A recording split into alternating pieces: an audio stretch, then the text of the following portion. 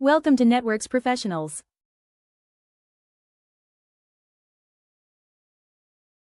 Welcome to this explainer. Okay, so if you've been tracking the absolute explosion of artificial intelligence lately, you already know there are some immense engines driving all this innovation behind the scenes. Today, we're demystifying the foundational tools that developers are actually using to build the future. We're going to look exactly at what the industry standard tech stack looks like right now, and by the end of this, you'll feel completely confident about how this technology actually comes together. Let's just dive right in by establishing the undisputed titans of the AI landscape.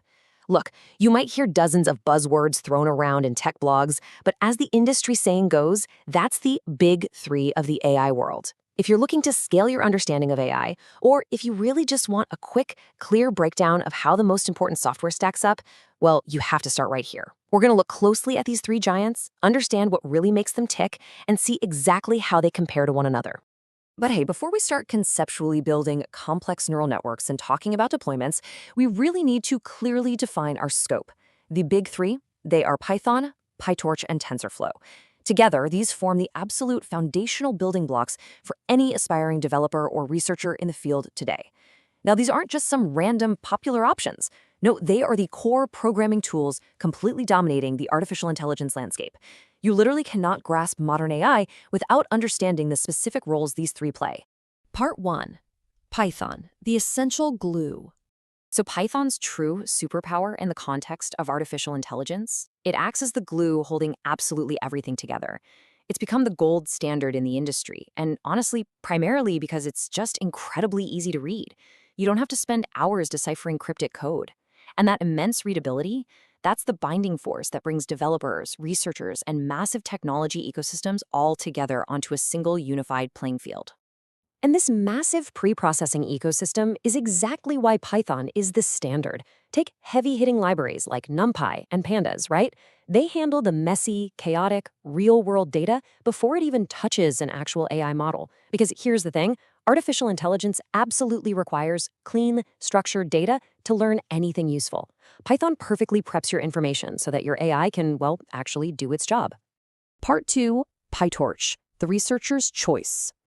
Okay, so developed by Meta, PyTorch is famously known in the industry for being highly Pythonic. But the primary reason researchers absolutely love it really comes down to one specific feature: dynamic computation graphs. Now, this allows a developer to change how an AI model behaves on the fly while it's actually running. Think about it like trying to fix an airplane's engine while it's still in the air. PyTorch essentially allows you to do exactly that with your code, giving developers this incredible real-time flexibility to tweak, adjust, and experiment without having to stop and restart everything from scratch. And because of that incredible on-the-fly flexibility, PyTorch has carved out a very specific, highly important niche. It's best for research, rapid prototyping, and academic projects. Think about it. When you're in a lab environment experimenting with things no one has ever even tried before, you need to be able to change direction instantly. That is exactly why PyTorch is currently the most popular choice for new AI research papers. It is hands down the absolute favorite tool for the modern artificial intelligence laboratory. Moving on to Part 3, TensorFlow, the industrial powerhouse. Developed by Google, TensorFlow takes a very, very different approach. If PyTorch is the lab, TensorFlow is the factory. It was built from the ground up for sheer industrial heavy lifting and widespread deployment. Because, once you've built an AI model, you eventually need to send it out into the real world. Whether you need to run an optimized model on a tiny mobile phone using TF Lite or deploy it across massive sprawling server farms, TensorFlow gives you the incredibly robust ecosystem required to handle the brutal realities of large-scale production.